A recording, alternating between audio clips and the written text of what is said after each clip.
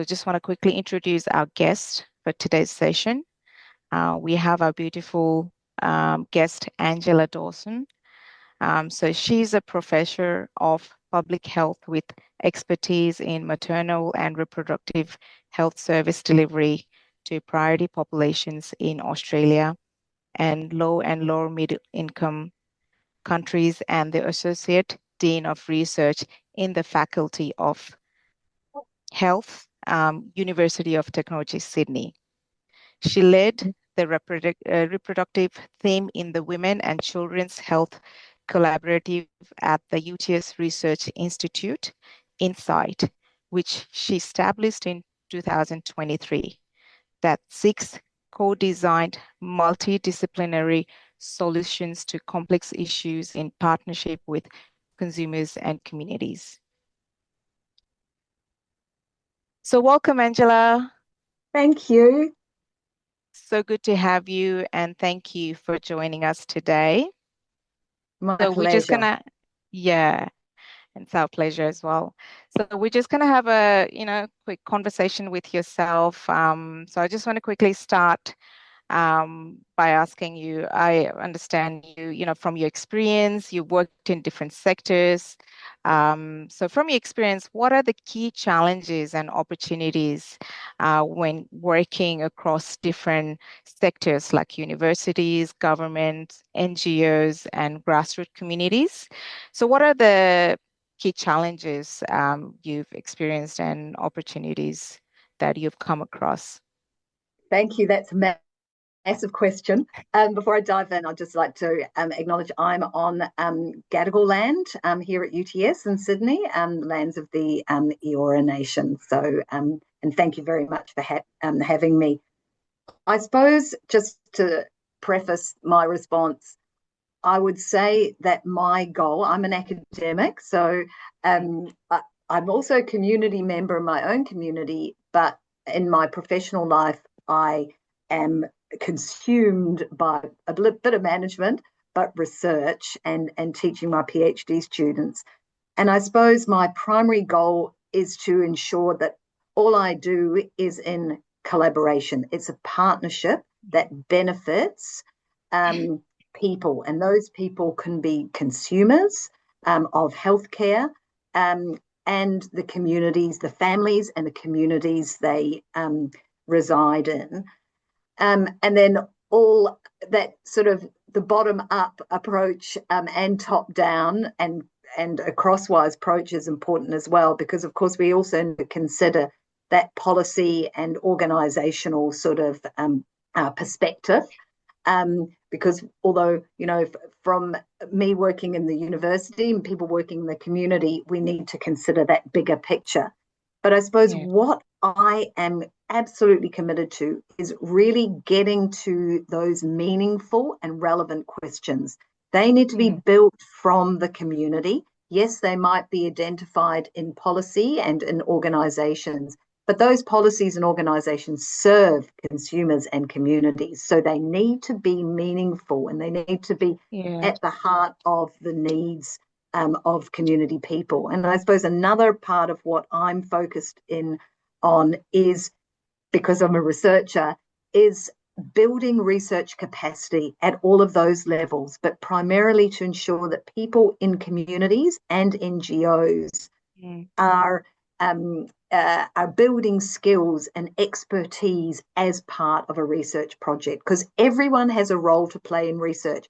It is not just the purview of someone like Wenkin and I in our necessary institutions, but it's across sectors and it's across disciplines. And, we've got emerging transdisciplinary approaches. So the challenges, Sarah, are enormous. But yes, there are lots of ways we can mitigate those. So, of course, within academia, I've got, academia prioritizes publications and grants. Whereas NGOs are focused on service delivery, and communities, they want their stuff right now. They don't want to be waiting for some cycle of research that's in a higher education institution. So I suppose the opportunity there would be for people to actually, just like your mindfulness exercise, which I loved, by the way, at the beginning of the session, is for people to actually take a moment to reflect on what are our sort of different agendas and pressures, because within that space, that gives us an opportunity to co-create a shared purpose where we can satisfy the success metrics that are key to all. So I think that's really about sitting down and talking and working that out. But within that picture, there's all sorts of challenges, linked to that. Funding cycles are different. Community needs, I said, are meaningful, are immediate. So we need to set realistic expectations.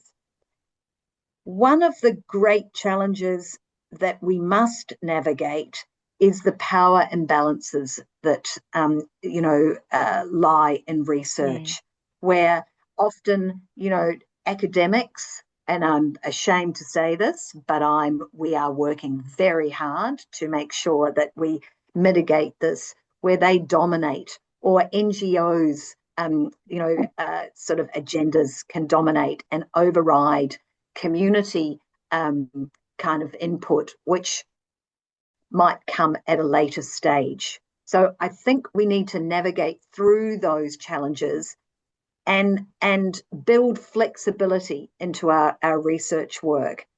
And that links to the sort of decision-making elements in research. Who decides what and when must be navigated, must be set up front. And people's status and power needs to be flattened, if you like. Of course, that's not always, we can't, it's that's very true. difficult. Yeah, very difficult to do that. But also in terms like funding, that sort of, I have immense pressure, and I apply that pressure too to get funding for my researchers. They must bring in income. But and we expect people to come along on that journey with us. So if we think about community, for example, there are a lot of hidden costs there with community engagement in research that we researchers often do not think about, aren't cognizant of. So we need to be building that into our grants. And I suppose that also relates to things such as, and thankfully, Indigenous peoples have brought this forward around data sovereignty and who owns what data. We're gathering very sensitive material, really important knowledge for communities, because communities, not researchers, they don't understand what's going on in the community. Their job is to facilitate and elicit that, but share that data and make sure that that data is owned by communities as well. And in research, we've got this this major tradition. It is changing, and I'm very grateful for person-centered care models and movements that have led the way, or people-centered approaches and co-design movements and participatory action research movements have changed this considerably. Is to actually add your not just the service providers, but the community members on our grants, in our publications, or at least ask them, invite people to participate. And if they don't, we're making sure that we acknowledge them. But I think those are sort of some of the main kind of challenges, bar the things such as communication and translation, making sure that we navigate different literacy levels in research, and make sure that the way in which we evaluate things and disseminate knowledge is in accessible and in plain English, and valuable to our end users. So there's no point me creating which there is a point for me. I'm going to write an article in a peer-reviewed journal because I definitely want to share that.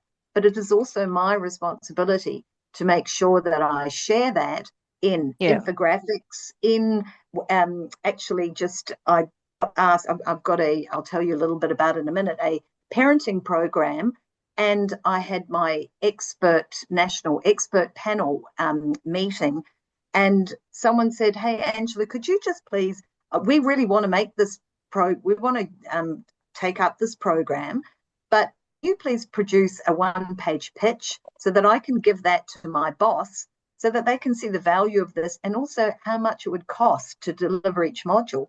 I said, whoa, absolutely, no problem. Thank you for that. So that's about the sort of outputs. So that kind of, your question about unexpected outputs is one of those. So yeah, I think that's a sort of I don't know, a summary of some of the main challenges. Some of them, yeah, no, I mean, I think it's a given because, especially when you're working with different sectors, right? I mean, there are all these different challenges. Thanks for sharing that. I guess on to my next question, because you mentioned a few things there, about creating a meaningful impact, out of all these challenges that experience, that's the main thing. And the challenges, speaking of challenges, I guess now my next question is, how do you do that? How do you navigate these differences or the challenges through these to create a meaningful impact? Well, you've got to have organizations right there from the beginning. You can't write a grant and then halfway down the road go, oh, we forgot to include all these other people as well. So you must have not just academics. You've got to be thinking about who are the key NGOs in this area whose knowledge and expertise is going to be absolutely critical to getting the job done. Now, most of my research is implementation science research. So I'm keen on trialing interventions and using all sorts of different, methods. But if I don't have the right providers in the room, and if I don't make an effort to try and engage the consumers or the people, the beneficiaries of these programs that I'm broadly thinking of producing, because I can see a gap in the literature. So my job is to identify, do my data linkage work right, so understand the epidemiology, engage the right people round the table and ask them what would be the best way forward. So I suppose it's having the right people right there, right from the beginning, and going on a journey with them and being flexible, and taking on. I think you've got to have courage. You've got to be courageous and brave, because you can't work and just do. I appreciate that not all fund, we don't have this. I don't get Bill Gates grants, although I have worked on a Bill Gates $50 million Gates grant. That was unreal, let me tell you. You have, okay. Yeah. Oh, it was like really so incredible. But so I'm now that was very unusual. I work more down the poorer end of town. So you've got to obviously work within your means. Yet I think you've got to be, as a researcher, thinking about the long-term gain. So not trying to do all the easy, short sort of term stuff. To create meaningful impact, you've got to be thinking, okay, you've got to be strategic. So what are the sorts of things that the community has been talking about that so my job is facilitation and bringing in expert research methods, and then all my other experience that I have in the field. But I need to be listening to what the needs are, what the ideas are, and connecting those dots, and then presenting that back to communities and providers across multiple sectors to say, hey, here is an idea where I've tried to connect these particular, if you like, phases or stages or ideas that could in fact be an attempt at a domino effect. So that, of course, this is an experiment, and we learn as we go along. So trying to, for those in the room that know what realistic research is, trying to be pragmatic, but have the long term in mind. So how can Yeah. I actually maybe look at the say diabetes is an issue. The community have identified it. We know from all the service data, we know from the administrative data that this community is not actually getting the package of care that they deserve at primary care Mm. level. And there are very limited resources for them. It's not in their language, blah, blah, blah. So I can help with that needs assessment, but then I need the community to co-design that and take Exactly. Yeah. ownership and buy in, because if they don't, then I may as well just shout to myself in a room, because no one's going to be part of that activity if they Yeah. haven't been Yeah. involved in it. Yeah. No, that 100%. Like you said, I mean, there are a few things that, you mentioned there about connecting the dots, identifying those gaps and issues, and having the right people, right organization, right, to then connect those gaps. So, yeah, so that's great. Thanks for that. I guess moving on to my next question is if you can share any story from your work, can be either in Australia or outside Australia, where the cross-sector collaboration led to an unexpected breakthrough in addressing a community need, perhaps, and what made it so successful. If you have a Oh, story to share, that would be great. yeah, I I suppose I know there can is one, perhaps, yeah, we'll start I move can on give to you on. a few sort of little vignettes that might be Yeah, helpful.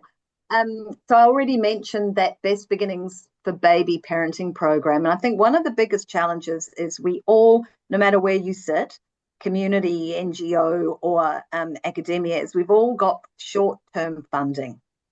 And I talked about a different way, ways of connecting those dots. But actually, there recently, um, after a conversation about sustainability for this parenting program came about, we were scratching our heads to think, okay, so what are we going to do next? I mean, that we've done all of this work. There's been so much buy-in from the community. Consultation has been incredible, and the design is phenomenal.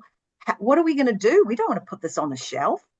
So mm, it just came to light that we had this conversation with this fabulous CEO of the Centre for Excellence in Perinatal Education, Nicole Higgett. And basically, she said, I've got this fabulous app. It follows parents it's for pregnant women and partners of parents and newborns up to 12 months and post birth. There's lots of topics. It's supporting their physical and emotional well-being throughout this period. But she said, I don't have anything for new arrivals, because Best Beginnings for Baby is being piloted with Ethiopian, Somali, Sudanese, and Eritrean people.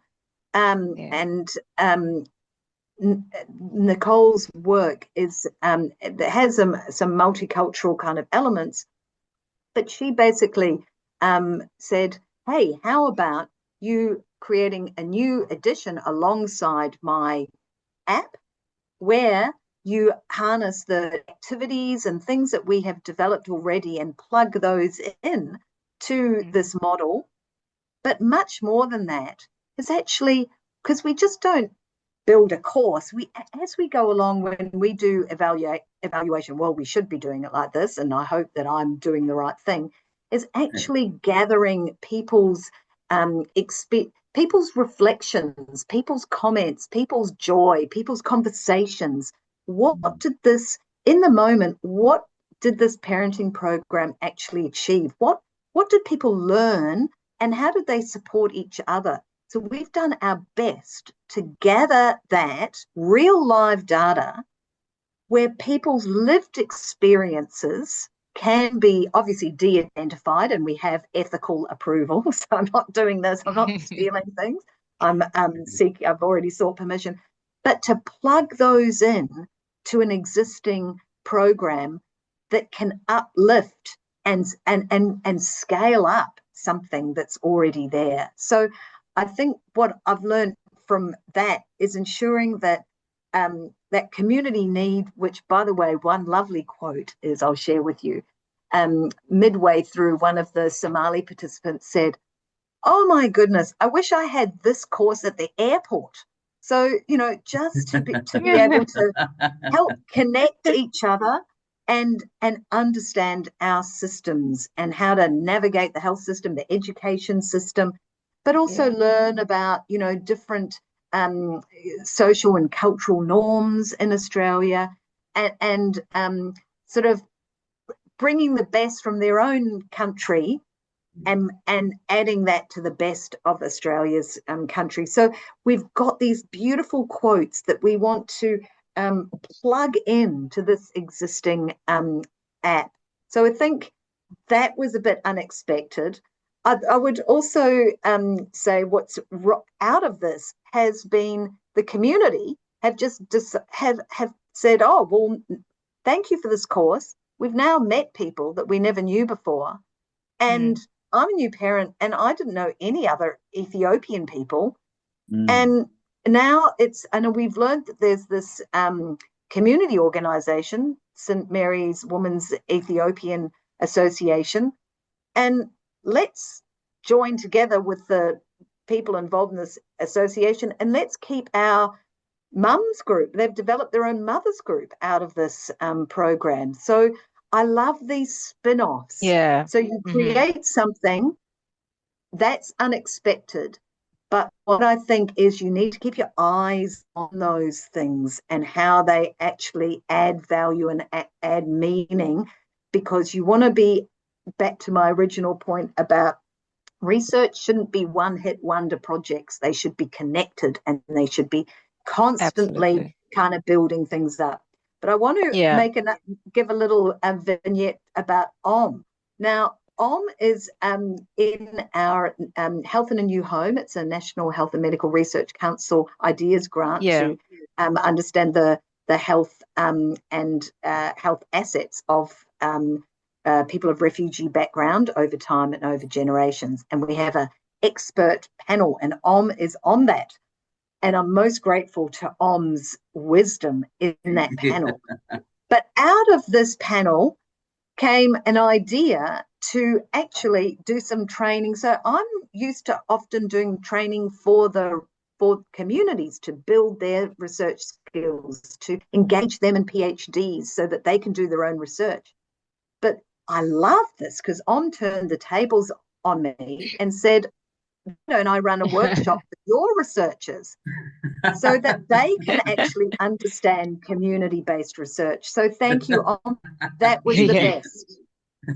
Yeah. No, I mean, that's great that, how, did mention to me briefly about this project he's been working on with you, Health in a New Home, for refugees. So that's great to hear that. Perhaps, Omi, if you could share some insights about this project. I understand you've been working for the past year, you with Angela Well, on this one. So if you can share your insights um, with us, you yeah, know, yeah, that would be Bratton, great. thank you, Sarah. One thing I want to start with is, I think when we talk about this project, let me go back to the challenges that you're talking about.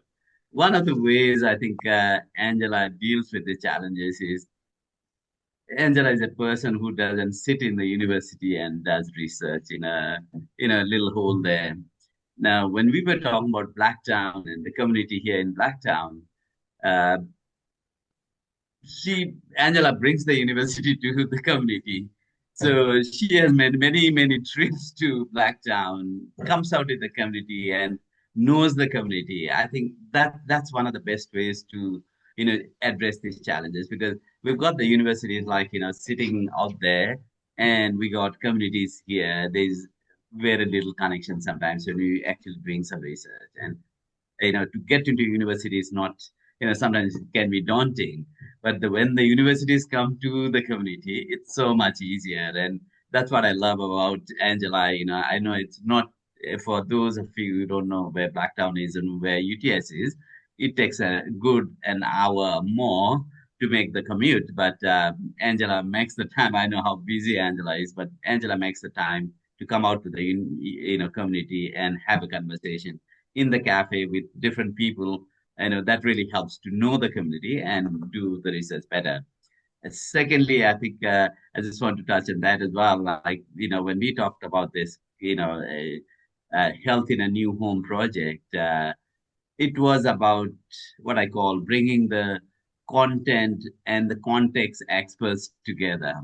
Yeah. So we got the content experts sitting in the university. They know the content inside out. They know how things work, and they're, everybody that I was working with had a PhD except myself. So they are the content experts.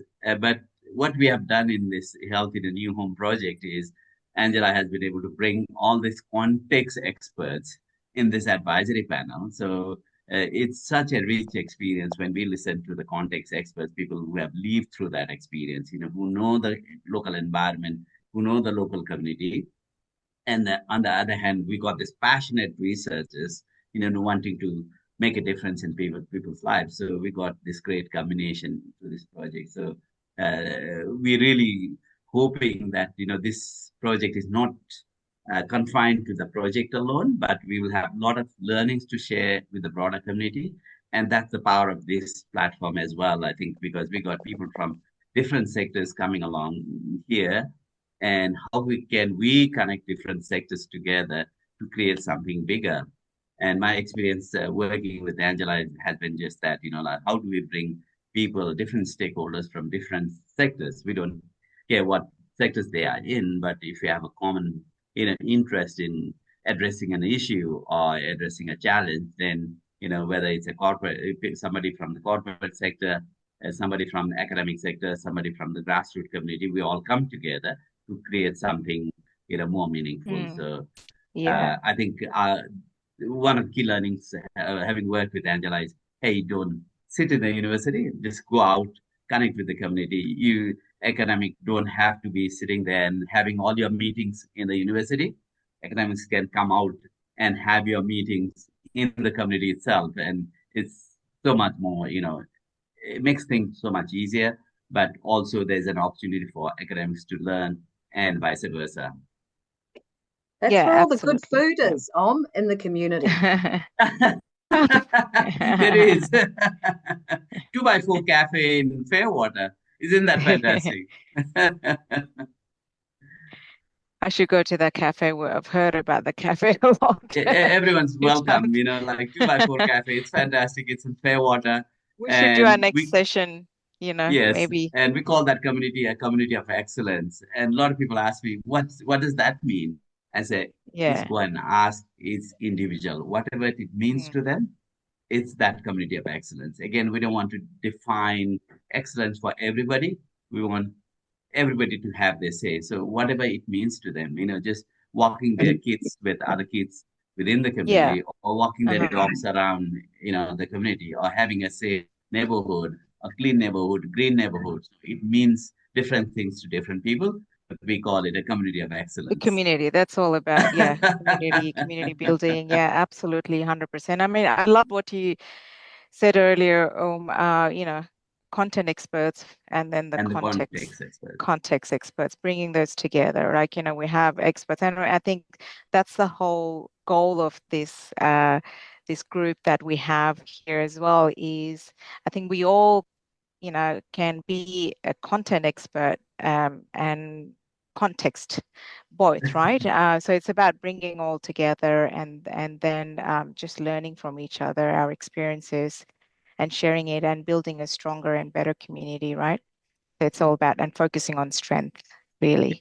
So that's what it's all about. So thanks for sharing that, Om. So just Thank you. quickly, I guess, just keeping, yeah, the time. So just quickly, back to Angela, our last question, I guess, for those of us, I guess, in different roles, who are in, community leaders. I mean, in here, our participants as well. We have everybody come from different sectors, community leaders, public servants, NGO staff. What is one key mindset or action you recommend for successfully collaborating across sectors while maintaining impact and trust? Well, I would say the one thing, and I'll describe what I mean, is having a strength-based mindset. Absolutely. So I think to get that mindset, it means that you've got to start with talking to communities and providers and asking them what matters. For me, it's like, what's keeping, people healthy here? Who do you turn to for advice? Yeah. What efforts have already made a difference? I'm not coming in and I don't want to reinvent wheels. I want to augment or strengthen what's here already. But I love to thank you, for reflecting on my, it's important to come out to the community, because I think that it's critical to work alongside people. Showing up and being present is like speaks a billion words. I cannot emphasize. And my background, I come from a health promotion, community development background.